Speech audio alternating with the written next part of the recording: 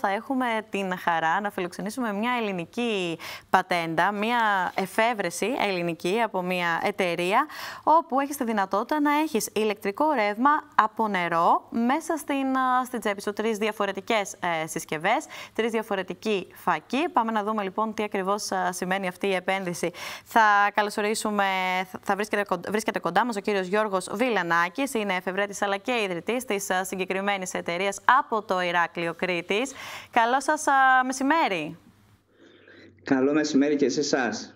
Χαίρομαι πολύ που είμαι εδώ. Σας ευχαριστώ πολύ για την πρόσκληση. Σας ευχαριστούμε και εμείς πολύ που είστε κοντά μας. Λοιπόν, να περάσουμε σε αυτή τη συγκεκριμένη ελληνική πατέντα, σε αυτή την εφεύρεση, να μας πείτε τι ακριβώς είναι, ποια είναι τα μοντέλα και πώς λειτουργούν. Μάλιστα. Λοιπόν, η εταιρεία μας εδρεύει στο Ηράκλειο Κρήτης, όπως αναφέρατε και εσείς, στη βιομηχανική περιοχή. Η παραγωγή μας είναι κάθετη. Έχουμε ξεκινήσει από το 2016. Παράγουμε ήδη 3 διαφορετικά μοντέλα φακών, όπως αναφέρατε και εσείς. Επίσης, όμως, παράγουμε και μια μεγαλύτερη συσκευή, όπου λειτουργεί μια λάμπα με την ίδια φιλοσοφία, βουτώντας στο νερό για οτιδήποτε υγρό. Μας παρέχει αυτονομία 8 ώρες σε κάθε βρέξιμο, η συγκεκριμένη συσκευή, και με συνολική διάρκεια 400-500 ώρες. Οι συσκευές μας απευθύνονται περισσότερο σε έκτακτες ανάγκες, διότι είναι κάτι το οποίο δεν χαλάει όπως τις μπαταρίες όσο παραμένει στο ράφι. Οπότε ξέρουμε ότι έχουμε πάντα έναν φακό που θα λειτουργήσει όταν θα το χρειαστούμε, διότι με τις μπαταρίες όλοι έχουμε προβλήματα. Κύριε Βιλανάκη, μας δηλαδή είναι... να βάλουμε μια άνω τελεία στο πώς ακριβώς λειτουργεί η συσκευή, τώρα που τα πρώτα τα μάθαμε, και να μας πείτε στην αρχή τι ήταν αυτό που είχατε εντοπίσει στην αγορά, δηλαδή υπήρξε κάποιο κενό που οδήγησε σε αυτή την συγκεκριμένη πατέντα, υπήρξε κάποιο συγκεκριμένο σκοπός από πλευρά σας? Βεβαίως, πολύ καλή ερώτηση. Ξεκινήσαμε με σκοπό να αποσύρουμε όσο περισσότερες μπαταρίες αλκαλικές μπορούμε από την αγορά, διότι αυτό, όπως καταλαβαίνετε και όπως έχει αρχίσει ήδη να φαίνεται, είναι ένα πολύ μεγάλο πρόβλημα για το περιβάλλον μας. Οι συσκευές μας είναι χωρίς χημικά, χωρίς τοξικά. Σε περίπτωση δηλαδή που πέσει κάποια συσκευή κατά λάθος είτε στη θάλασσα είτε σε ένα ποτάμι είτε οτιδήποτε, δεν μολύνει το νερό. Είναι πλήρως ανακυκλώσιμο όλα μας τα προϊόντα, ώστε μετά το πέρας της λειτουργίας μπορεί να το ανακυκλώσουμε πλήρως, να φτιάξουμε ένα καινούριο. Και έτσι θεωρούμε ότι μπορούμε να εισβάλλουμε και εμείς να φτιάξουμε λίγο ένα καλύτερο περιβάλλον για το μέλλον των παιδιών μας, που το έχουμε κάνει λίγο... Το έχουμε καταστρέψει και όσο πάμε και περισσότερο. Έχετε απόλυτο δίκιο.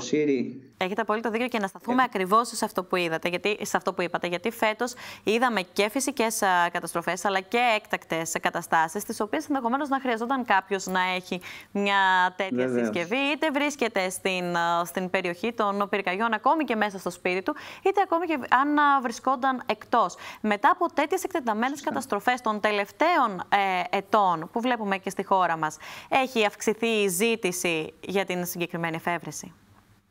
Βεβαίως. Έχουν αρχίσει να κατανοούν ότι είναι κάτι που το χρειάζονται, διότι στην αρχή που το βγάλαμε στην αγορά όλοι μας έλεγαν αν θα χρειαστώ κάτι θα ανάψω τον φακό από το κινητό μου. Τον φακό από το κινητό αν τον ανάψουμε θα λειτουργήσει για 1 ώρα, μετά δεν θα έχουμε ούτε κινητό. Σωστά. Τα προϊόντα μας το καλό που έχουν είναι ότι δίνουν μια αυτονομία έως και 80 ώρες με ένα βρέξιμο, με πολύ λίγο νερό, δηλαδή ο φακός μας φανταστείτε ότι τραβάει περίπου στα 30 ml και με 30 ml νερό δουλεύει για 80 ώρες. Και έτσι είναι κάτι το οποίο θα μπορούσε άνετα να είναι σε κάθε σπίτι, θα πρέπει να υπάρχει κατά τη γνώμη μας κάτι τέτοιο. Πρώτον, όσον αφορά το φακό μιλάμε. Επίσης έχουμε σχεδιάσει ένα ειδικό μοντέλο για τα πυροσβεστικά κουτιά σε όλο τον κόσμο, όπου αυτό περιέχει μέχρι και κάψουλα νερού μέσα, όταν χρειάζονται δηλαδή απλά πιέζουν, σπάει η κάψουλα και ενεργοποιούν το φακό άμεσα. Και το άλλο καλό που προσφέρει το συγκεκριμένο προϊόν είναι ότι δεν χρειάζεται κάθε 3 χρόνια να αποσύρουμε τις μπαταρίες που βρίσκονται ήδη στα πυροσβεστικά κουτιά για αντικατάσταση, και προφανώς και πολύ κακό στο περιβάλλον με την απόρριψή τους. Η συγκεκριμένη συσκευή τι διάρκεια ζωής έχει κατά μέσο όρο? Η συγκεκριμένη συσκευή είναι αυτή που δείχνουμε αυτή τη στιγμή στο βίντεο που βλέπουμε πίσω μας. Είναι ο πορτοκαλί φακός που είναι χωρίς κουμπί. Φανταστείτε ότι δεν έχουμε βάλει ούτε κουμπί επίτηδες για να μην σβήσει σε καμία περίπτωση. Δηλαδή δεν θέλουμε ούτε όταν πέσει κάτω ούτε για αστοχία του διακόπτη, ας το πούμε, να μας αφήσει χωρίς φως. Και είναι ένας φακός ο οποίος μπορεί να δουλέψει έως και 40 ώρες με ένα βρέξιμο. Οπότε καταλαβαίνετε ότι σε μια περίπτωση έκτακτης ανάγκης, ναι, το να αφήνουμε σε ένα τραπέζι φωτίζει ένα δωμάτιο μέχρι 25 τετραγωνικά ικανοποιητικά. Οπότε τουλάχιστον δεν θα είμαστε στο σκοτάδι σε μια περίπτωση όπως είπατε πριν. Και σύμφωνα με τα μέχρι τώρα δεδομένα που έχετε, οι περισσότεροι όταν αγοράζουν τη συσκευή, πώς ακριβώς την εντάσσουν στην καθημερινότητά τους? Μιλήσαμε για έκτακτες και φυσικές καταστροφές, αλλά και στην ίδια την καθημερινότητα. Στην καθημερινότητά τους, περισσότεροι από ό,τι έχουμε ακούσει από το feedback που παίρνουμε από τους πελάτες είναι είτε ότι έχουν κάποιο σακίδιο έκτακτης ανάγκης που τον βάζουν μέσα εκεί, είτε στο αυτοκίνητό τους στο ντουλαπάκι, γιατί και στο αυτοκίνητο είναι απαραίτητο, έτσι. Οπότε θεωρώ ότι ίσως έχει αρχίσει να καταλαβαίνει ο κόσμος τη χρήση του, γιατί στην αρχή άρχισαν να το κοντράρουν, να το βάζουν σε σύγκριση με τους φακούς με μπαταρίες, ο οποίος ένας φακός με μπαταρίες μπορεί να βγάλει μέχρι και 1000 λούμενς. Εμάς ο δικός μας δεν βγάζει 1000 λούμενς, τουλάχιστον αυτόν που έχουμε μέχρι τώρα, αλλά είναι ένας φακός που δεν θα σε προδώσει, εξού και το όνομά του που το λέμε φακός φίλος. Δεν θα σε προδώσει την ώρα που θα τον χρειαστείς. Οπότε θεωρώ ότι χρειάζεται σε κάθε σπίτι αυτό το πράγμα. Κύριε Βιλιανάκη, να επιστρέψουμε στις έκτακτες συνθήκες. Βλέπουμε ότι χρησιμοποιείται φυσικά το υγρό νερό. Θα μπορούσε όμως να χρησιμοποιηθεί και κάποιο άλλο υγρό? Βεβαίως. Οτιδήποτε υγρό, ακόμη σε έκτακτη ανάγκη θα μπορούσαμε ακόμη και με ούρα, συγγνώμη που το λέω και στην τηλεόραση, αλλά θεωρώ ότι με οτιδήποτε υγρό, αρκεί να μπορέσουμε να βρέξουμε τις κυψέλες που έχει εσωτερικά, να αντιδράσουν τα μέταλλα σε αυτό το ειδικό μεταλλικό στοιχείο που έχουμε φτιάξει, ούτως ώστε να μπορέσουν να αντιδράσουν μεταξύ τους τα μέταλλα και να παράξουμε την ενέργεια που χρειάζεται για να ανάψει το LED. Παράλληλα όμως με την παρουσία της εφεύρεσης στην Ελλάδα, βλέπουμε να είναι μια πατέντα που έχει εξαχθεί και σε άλλες χώρες, συγκεκριμένα 7, δεν ξέρω αν έχετε αυξήσει και το ποσοστό των χωρών. Εκεί πώς αντιμετωπίστηκε στις άλλες αγορές? Από ό,τι βλέπετε σας έχουμε στείλει κάποια βίντεο που έχουμε λάβει πολλά ευχαριστήρια για την προσφορά μας, ειδικά σε μέρη όπως τη Γουατεμάλα που βλέπετε τώρα εδώ στο βίντεο που βλέπουμε, είναι στη Γουατεμάλα όταν έφτασαν τα προϊόντα μας. Έχουμε πάει Αμερική, έχουμε πάει Αφρική, φτιάχνουμε ειδικά προϊόντα για την Αφρική τώρα. Φτιάχνουμε ένα πολύ μικρό στυλό, ο οποίος θα έχει από πίσω ένα LED για να μπορούν τα παιδιά να διαβάζουν, γιατί εκεί δεν έχουν φως ούτε να διαβάζουν. Οπότε φτιάχνουμε κάτι πολύ οικονομικό για την Αφρική. Περισσότερες πωλήσεις μας ήταν μέχρι τώρα στο εξωτερικό, διότι η παραγωγή μας ήταν μικρή. Έχουμε κάνει κάποιες αναβαθμίσεις τώρα στο εργοστάσιο, όπου μπορούμε να εξυπηρετούμε πλέον και την Ελλάδα και γι' αυτό και ξεκινήσαμε να το δείχνουμε εδώ. Αναφέρατε γιατί από το 2016, όπως είπαμε... Και συγγνώμη που σας διακόπτω, αναφέρατε το στυλό, αυτή θα ήταν και η επόμενη μας ερώτηση. Άμα θα μπορούσαμε να δούμε αυτή την εφεύρεση και σε κάποιες άλλες συσκευές και πόσο εύκολο θα ήταν αυτό? Κοιτάξτε, έχουμε προχωρήσει πάρα πολύ στο R&D μας. Έχουμε ήδη πάρα πολλές εφαρμογές, τις οποίες τις έχουμε σε πρωτότυπα. Το καθένα θα πάρει τη σειρά του και θα βγει στην αγορά σιγά σιγά. Αυτή τη στιγμή το επόμενο προϊόν που θα βγει είναι μια μπαταρία η οποία θα έχει ένα φύς μπροστά, κανονική μπαταρία πλέον, όπου θα παίρνει ένα adapter με 2 ψεύτικες μπαταρίες και όλο αυτό θα μπορεί να μπει σε συσκευές που λειτουργούσαν μέχρι τώρα με αλκαλικές. Οπότε καταλαβαίνετε ότι θα αρχίσουμε να αποτραβούμε ακόμη περισσότερες μπαταρίες από την αγορά. Και έτσι όπως μας το δείχνετε, ακριβώς αυτή τη συσκευή που κρατάτε στα χέρια σας, αντιλαμβανόμαστε ότι σίγουρα σε μέγεθος πρόκειται για μια μικρή συσκευή. Έχει κάποιο βάρος? Πώς είναι, μπορεί δηλαδή κάποιος να τη μεταφέρει ακόμη και στην τσάντα του?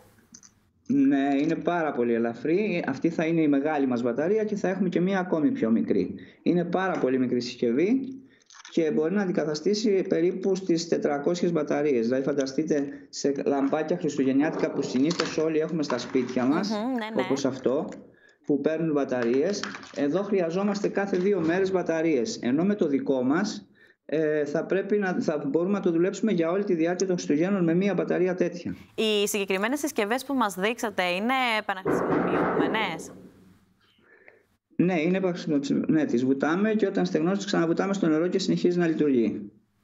Και σε ποια είναι η κύρια χώρα που έχει αγκαλιάσει την συγκεκριμένη εφεύρεση, να δούμε και ποιες είναι οι ανάγκες? Ναι, η μεγαλύτερη επιτυχία στα προϊόντα μας είναι στη Γερμανία μέχρι τώρα. Η Γερμανία έχει ανταποκριθεί πάρα πολύ. Έχουμε πουλήσει τα περισσότερες χιλιάδες κομμάτια εκεί και πιστεύω ότι θα πάμε πολύ καλύτερα και τη φετινή χρονιά. Κύριε Βιλιανάκη, εξαιρετικό ενδιαφέρον. Έχει και το κόστος της συγκεκριμένης πατέντας. Συνήθως δεν αναφέρουμε ή δίνουμε μία τάξη μεγέθους. Αλλά κάνοντας μία βόλτα στο site σας, μιλάμε για κάτι το οποίο πραγματικά πραγματικά είναι πρωτοποριακό, μπορεί να μας βοηθήσει σε μια πολύ δύσκολη στιγμή ή ακόμη και να ενταχθεί στην καθημερινότητά μας και στις συνήθειές μας. Και κοστίζει κατά μέσο όρο, δεν ξέρω αν έχετε κάποιο πρόβλημα να το αναφέρουμε, 20 ευρώ. Πώς μπορούμε να διατηρήσουμε αυτό το κόστος σε μια τέτοια συσκευή? Κοιτάξτε, όχι απλά θα το διατηρήσουμε, θα το κατεβάσουμε κι άλλο. Όσο ανεβαίνουν οι παραγωγικότητες, τόσο θα κατεβαίνει και το κόστος. Όπως καταλαβαίνετε, όταν μπαίνουμε στην αγορά, κάθε νέο προϊόν μπαίνει στην αγορά, βγαίνει ακριβώς στην αρχή, διότι οι παραγωγές είναι μικρές. Και όσο ανεβαίνει η ανταπόκριση και το demand, τόσο περισσότερο κατεβαίνει και η τιμή του. Θεωρούμε δηλαδή αυτό που κοστίζει στα 19 ευρώ τώρα, κάποια στιγμή θα φτάσει στα 10 σιγά-σιγά. Και μεγάλη απόκληση, μεγάλη διαφορά. Βεβαίως. Κύριε Βιλιανάκη, εκεί στην Κρήτη το χρησιμοποιούν? Το χρησιμοποιούν πάρα πολύ, βεβαίως. Πάρα πολύ. Το έχει αγκαλιάσει η Κρήτη και ευχαριστούμε πάρα πολύ, να το πω και εδώ που βρίσκομαι. Και η Ελλάδα γενικώς το έχει αγκαλιάσει, δεν το περιμέναμε, να σας πω την αλήθεια. Έχουν ανταποκριθεί πάρα πολύ στο προϊόν. Και προφανώς μιλάμε και για μια κατηγορία προϊόντων που όλο ένα και περισσότερο θα θέλαμε να βλέπουμε τέτοιες πατέντες, τέτοιες εφευρέσεις. Εσείς όταν βρεθήκατε στην αρχή, ήταν αρκετά εύκολο να γίνει η εκκίνηση? Είχατε κάποια βοήθεια όσον αφορά την έρευνα που πρέπει σίγουρα να προηγηθεί της εφεύρεσης?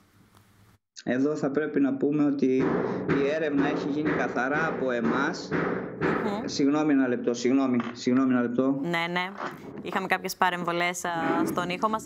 Ωστόσο, βλέπουμε όμως και τα υπόλοιπα αντικείμενα, τις υπόλοιπες κατηγορίες, όπως μας περιγράψατε κι εσείς νωρίτερα. Βλέπουμε φυσικά ότι μπορεί να χρησιμοποιηθεί μικρή συσκευή, που όπως είπαμε μπορεί οποιοδήποτε να την έχει μαζί του εκείνη τη στιγμή, αλλά και η μεγαλύτερη συσκευή για κάποιον που θέλει, μιας και τώρα είναι καλοκαίρι, να κάνει κάμπινγκ ή ακόμη και να μείνει μέχρι αργά σε μια παραλία και να έχει το αντίστοιχο φως που χρειάζεται. Πολύ σωστά. Μας λέγατε όμως για την έρευνα που είχε προηγηθεί της πατέντες. Να σας πω, συγγνώμη τώρα με τη διακοπή, μπερδεύτηκα λίγο. Δεν πειράζει. Είχαμε ξεκινήσει την έρευνα από μόνοι μας. Μέχρι τώρα η εταιρεία είναι αυτοχρηματοδοτούμενη, να το πούμε έτσι. Η έρευνα ξεκίνησε το 2001. Τελείωσα τα αποτελέσματα το πρώτο καλό αποτέλεσμα, στο πούμε, από την έρευνα το πήρα το 2007. Καταθέσαμε το 2011 την ευρεσιτεχνία μας, όπου την πήραμε το δίπλωμα το 2013 και από εκεί και ύστερα πάλι συνεχίσαμε να χρηματοδοτούμε μόνοι μας. Δεν έχουμε πάρει καμία επιδότηση, καμία βοήθεια από το κράτος. Τώρα προσπαθούμε να ενταχθούμε σε ένα πρόγραμμα που έχει βγει, το Ερευνό Καινοτομό, όπου καλύπτει τα δικά μας δεδομένα όσο αφορά έρευνα, τεχνολογία, πράσινη ανάπτυξη και όλα αυτά. Και θεωρώ τουλάχιστον να βοηθούμε αυτή τη φορά και να πάμε ένα βήμα παραπάνω. Ξέρετε, και ακριβώς σε αυτό το σημείο νομίζω ότι θα έπρεπε να σταθούμε, στο σημείο της πράσινης ανάπτυξης, γιατί βλέπουμε ότι είναι και μια συσκευή που συγκεντρώνει πολλαπλά ωφέλη, μιας και η ίδια η εφεύρεση από μόνη της είναι ανανεώσιμη και ανακυκλώσιμη. Ήταν και αυτός ένας στόχος από την αρχή της εξέλιξής της? Βεβαίως. Μα ο σκοπός μας ήταν αυτός, να φτιάξουμε μια μπαταρία η οποία θα μπορεί να αντικαθιστά τις αλκαλικές μπαταρίες που ήδη υπάρχουν, περιέχουν χημικά, τοξικά κτλ. Και να φτιάξουμε μια μπαταρία που να είναι ασφαλής ακόμη για τη χρήση ακόμη και από μικρά παιδιά. Είναι καθαρά πράσινη, έχουμε πιστοποίηση από ανεξάρτητο εργοστάσιο που αναφέρει ότι το νερό που βουτάμε το φακό μπορούμε να το πιούμε. Οπότε σημαίνει ότι δεν έχουμε βαρέα μέταλλα, δεν έχουμε τίποτα που να μας βλάψει στην υγεία μας. Φέτος, το 2013, στο τέλος, είχαμε πάει σε ένα διαγωνισμό στην Αθήνα, όπου ήταν υπό την αιγίδα του Υπουργείου Ανάπτυξης και του Πράσινου Ταμείου, όπου εκεί βραβευτήκαμε, πήραμε το χρυσό βραβείο για το περιβάλλον. Το βλέπουμε, ναι. Ευχαριστούμε. Όπου αυτό λέει ότι με την προσφορά μας στο περιβάλλον, λόγω των τεμαχίων που έχουμε πουλήσει, έχουμε αποτραβήξει ήδη τόνους πολλούς μπαταρίας από την αγορά και πιστεύουμε να το αγκαλιάσει ο κόσμος. Ήδη έχει αρχίσει το αγκαλιάζει. Αργήσανε βέβαια, πήρε πολλά χρόνια, αλλά εντάξει, τώρα έχουν αρχίσει και το καταλαβαίνουν. Κύριε Βιλιανάκη, και ένα ερώτημα που συνήθως κάνουμε σε όσους δημιουργούν τόσο όμορφες ιδέες και παρόλα αυτά επιμένουν να βρίσκονται οι εγκαταστάσεις περιφερειακά. Πόσο εύκολο είναι αυτό? Αντιμετωπίσατε δυσκολίες, τουλάχιστον στην αρχή, πριν δημιουργηθεί το δίκτυό σας? Ναι, αντιμετωπίσαμε μεγάλες δυσκολίες. Η μεγαλύτερη ήταν ότι δεν μπορούσαν να το πιστέψουν. Διότι όλοι γνωρίζουμε ότι το νερό βραχικυκλώνει το ρεύμα και μια στιγμή εμείς ήρθαμε να πούμε ότι το νερό παράγει ρεύμα. Οπότε καταλαβαίνετε ότι ήταν λίγο δύσκολο. Και εδώ βέβαια να διευκρινίσουμε ότι το νερό, για να μην παρεξηγηθώ κιόλας από τους γνώστες του είδους, ότι δεν παράγει το νερό την ενέργεια. Το νερό, όπως είπαμε, είναι ο ενεργοποιητής για να ενεργοποιήσει τα δύο μέταλλα που έχουμε μέσα, ούτως ώστε να αντιδράσουν μεταξύ τους και να παράγουν την ενέργεια. Δηλαδή έχουμε φτιάξει ένα νέο τύπου γαλβανικό στοιχείο, το οποίο μας δίνει τις εξής ιδιότητες που είπαμε πριν, όπως και την ιδιότητα στο ότι μπορεί να κάνει παύση ο χρήστης στην ενέργεια στεγνώνοντάς του. Ήταν όμως ήταν εύκολο μια τέτοια εγκατάσταση να βρίσκεται περιφερειακά στην Κρήτη, σε ένα πολύ όμορφο νησί, αλλά εκτός της Αθήνας, που σίγουρα είναι το κέντρο που θα μπορούσε να βοηθήσει σε όλα τα στάδια? Ναι, είχαμε διάφορα θέματα, όπως και με τη μεταφορά έχουμε περισσότερα θέματα, διότι έχουμε και από εδώ για την Αθήνα. Οι μεταφορικές, όπως καταλαβαίνετε, έχουν πάρει πολύ επάνω, οπότε μας ανεβάζουν τα κοστολόγια και εμάς να φταίει η μεταφορά τους από εδώ που είμαστε. Αλλά δεν θεωρώ ότι και στην Αθήνα να ήμασταν θα ήταν κάτι που θα βοηθούσε. Και σίγουρα γενικώς εκεί και το φορολογικό σύστημα. Στην Κρήτη όλα δεν βοηθάνε εδώ. Με ποιότητα ζωής έχετε την δυνατότητα για ακόμη περισσότερες εφευρέσεις και υπέροχο χρόνο που μπορεί να καταναλωθεί στην ίδια την δραστηριότητα. Κύριε Βιλιανάκη, σας ευχαριστούμε πολύ. Σας ευχόμαστε καλή επιτυχία στα επόμενα σας σχέδια. Εγώ σας ευχαριστώ. Να είστε καλά. Ευχαριστούμε πάρα πολύ. Γεια σας, καλό μεσημέρι. Γεια σας.